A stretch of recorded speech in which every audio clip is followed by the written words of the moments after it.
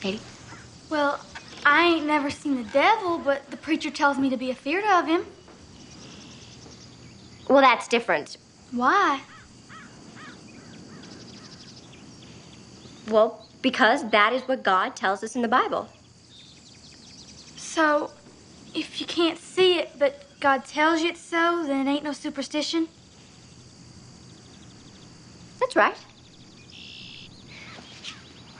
So how many of you have ever been to the Charter Oak after dark? You mean the Hanging Oak? You heard Granny Barkley. Nobody goes there unless they got to, especially at night. I am going there tonight, and I would like all of you to come along. Now, we're going to prove that there is nothing to be afraid of. Now, you're going to need to get your parents' permission to come back here after supper. And Ruby May, I know you're going to want to help me take care of the little ones. Me? Well, I got a whole manner of chores.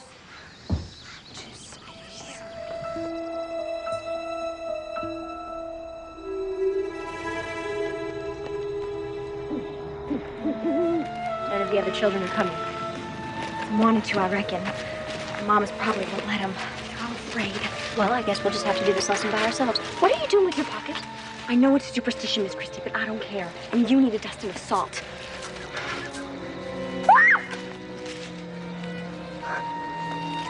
It's just a stone. Look at how beautifully somebody carved this. They did that so people could remember their relatives happily and not be afraid of them. Edmund O'Teal, beloved father and husband.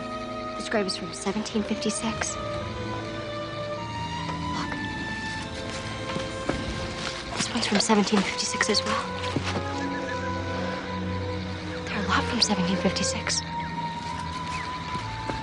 The breath of the evil betrayers, just like Granny said. It is just swamp gas. Dr. McNeil says it's caused by the leaves rotting on the wet ground. Oh, it smells evil. Shh, there's nothing to be afraid of. Oh. They're rising from their graves.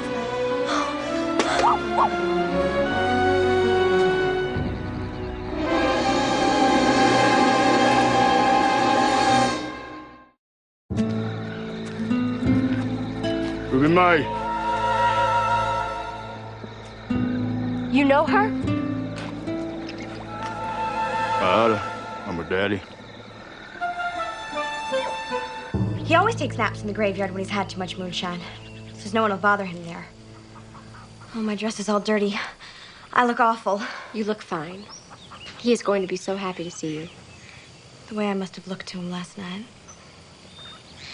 I don't think he noticed much of anything last night. I just gotta look perfect, Miss Christy. My hair.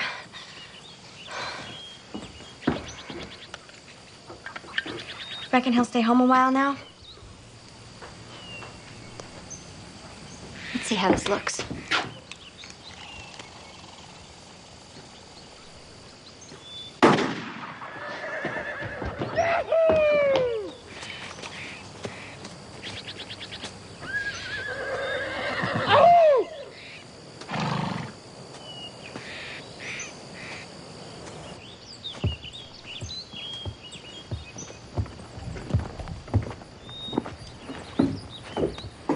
That's your horse, sir?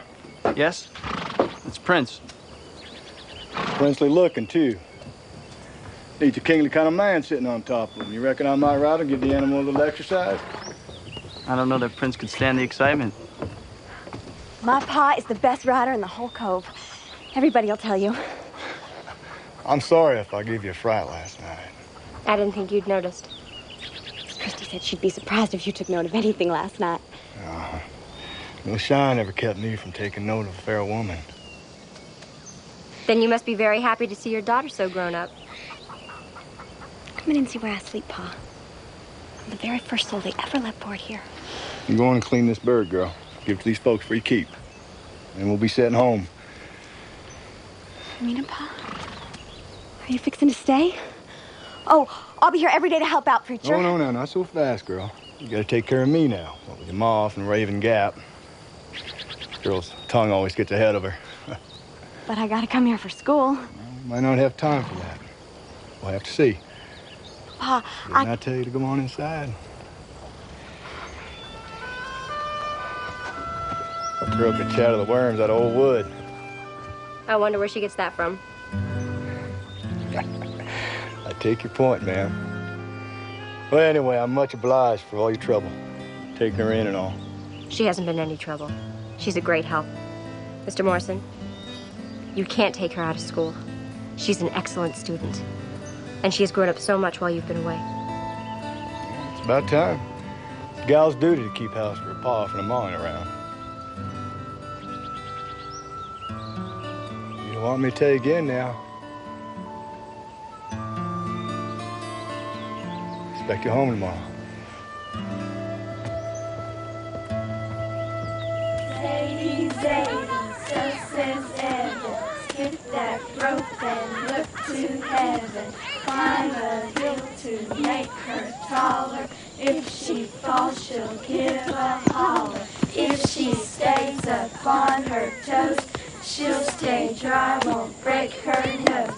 Take a half turn to the right, finds herself in blackest night.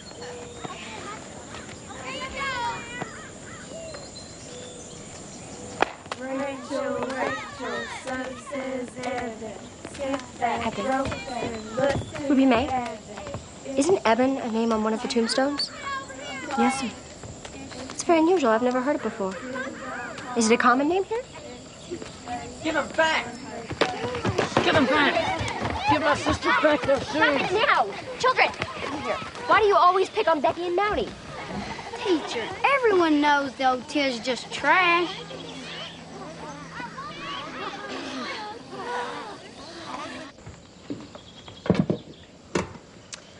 Festus is a very special rabbit. And since you've all decided to keep him here for your science project, someone's going to have to look after him.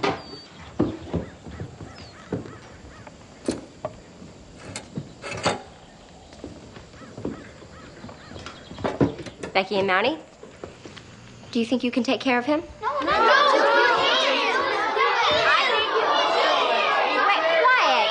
quiet. I think that is nonsense. Becky and Mountie will do just fine.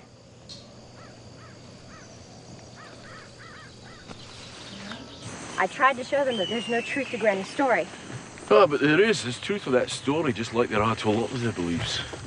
Where's the truth in sprinkling salt to keep away evil spirits? Well, to their way of thinking, if salt preserves food, why shouldn't it preserve people? Well, here's one you can't approach scientifically. Fence worms. All right, if you build a fence at the wrong time of the year, the ground moves in the thaw or the freeze, creating a fence worm. I forgot you have an answer for everything. No, that's you. You're a student of history. That ghost story's got an historical basis. 150 years ago, a rumour made its way over from Scotland that the O'Teals had betrayed their very own clan. The O'Teals? Is that why they're outcasts? Well, according to the rumour, they sold out some of Bonnie Prince Charlie's lads for the price on their heads. Now, betrayal of your clan is the worst possible sin imaginable. So, the evil betrayers left the cove to hide. But they must have come back. There are still O'Teals here. Interesting, isn't it? That's why there must be some truth to it. I can't believe the O'Teals are shunned for something some of their distant relatives may have done hundreds of years ago. It's not quite that simple, but that's the way you like to see everything, isn't it? Black and white. Then educate me, Doctor, since that's the way you like things to be. Well, the O'Teals have got themselves to blame. They keep to themselves.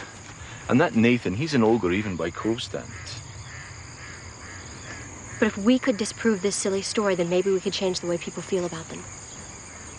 Maybe. A bunch of the boys were whooping it up at the Malamute Saloon. The kid that handles the music box was hitting a jagtime tune. Back of the bar, in a solo game, sat Dangerous Dan McGrew. And